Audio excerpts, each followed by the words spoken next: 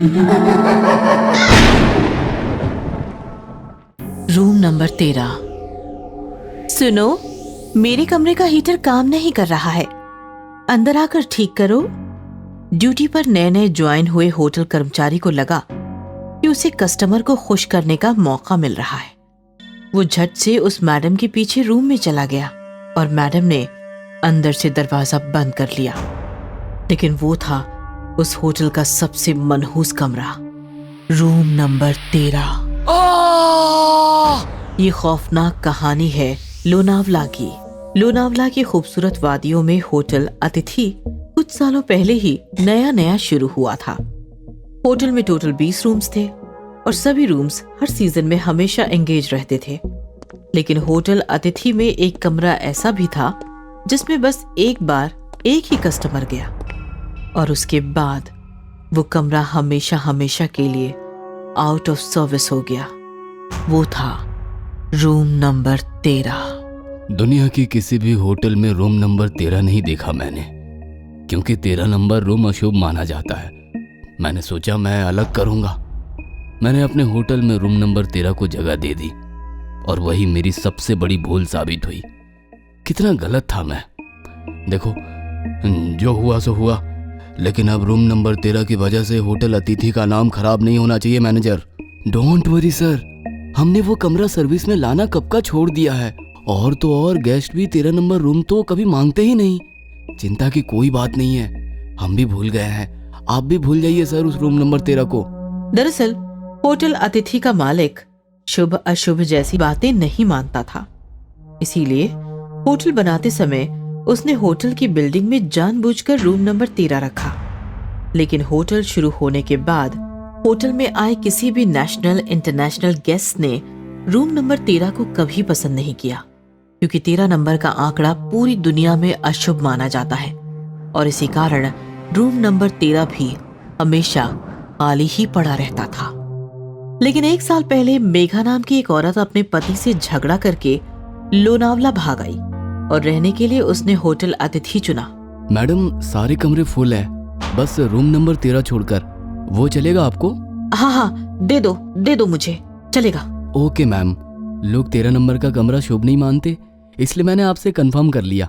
Please wait, हम अभी वो कमरा आपके लिए रेडी कर देते हैं। और उस दिन से मेघा रूम नंबर 13 में रहने लगी। सुबह से लेकर शाम तक वो लोनावला घूमती और रात में होटल आकर रूम नंबर 13 में ठहरती।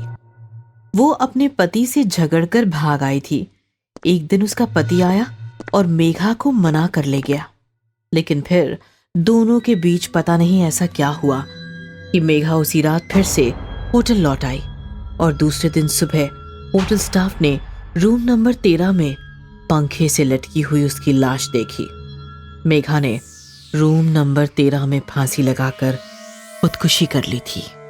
इस घटना के बाद होटल मालिक को अपनी गलती का एहसास हुआ और रूम नंबर 13 हमेशा हमेशा के लिए बंद करा दिया गया।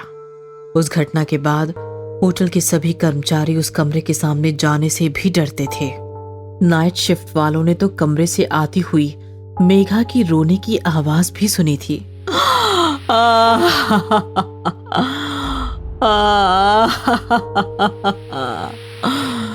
विशाल, तुमने ठीक नहीं किया। तुमने ठीक नहीं किया विशाल। मार दूंगी, सबको मार दूंगी। एक हफ्ते पहले एक रूम सर्विस वाला रूम नंबर 14 को सर्विस देकर आ रहा था। तब उसने रूम नंबर 13 के सामने बैठा रोता हुआ मेघा का भयानक भूत देख लिया।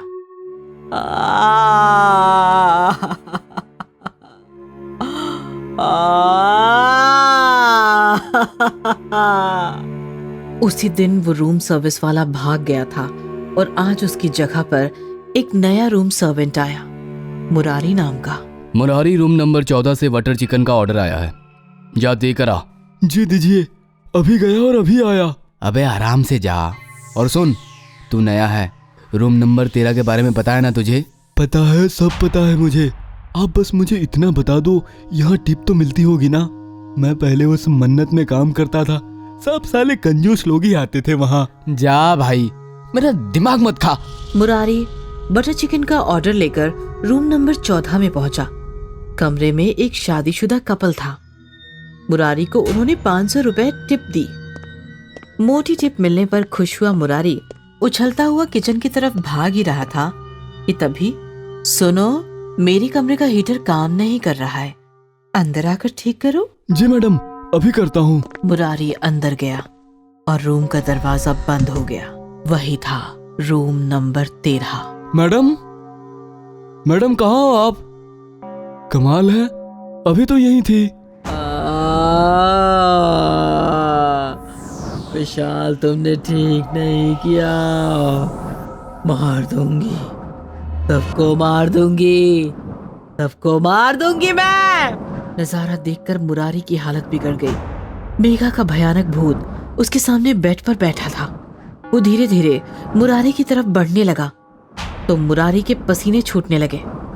उस झगड़े की इतनी बड़ी सजा दे रहे थे विशाल तुम मुझको।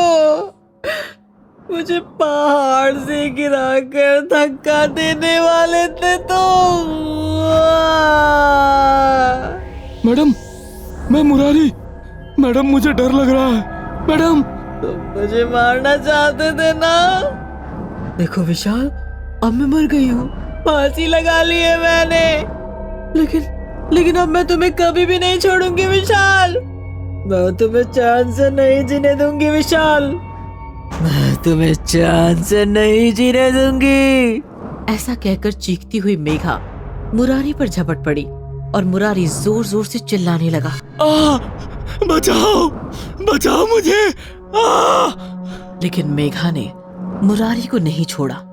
उसने अपने लंबे लंबे नुकीले नाखूनों से मुरारी का सीना पकड़ा और देखते ही देखते उसका सीना चीर दिया। इस प्रकार रूम नंबर 13 ने मेघा के हाथों से मुरारी को मारकर 1 साल बाद अपना दूसरा शिकार भी पा लिया था।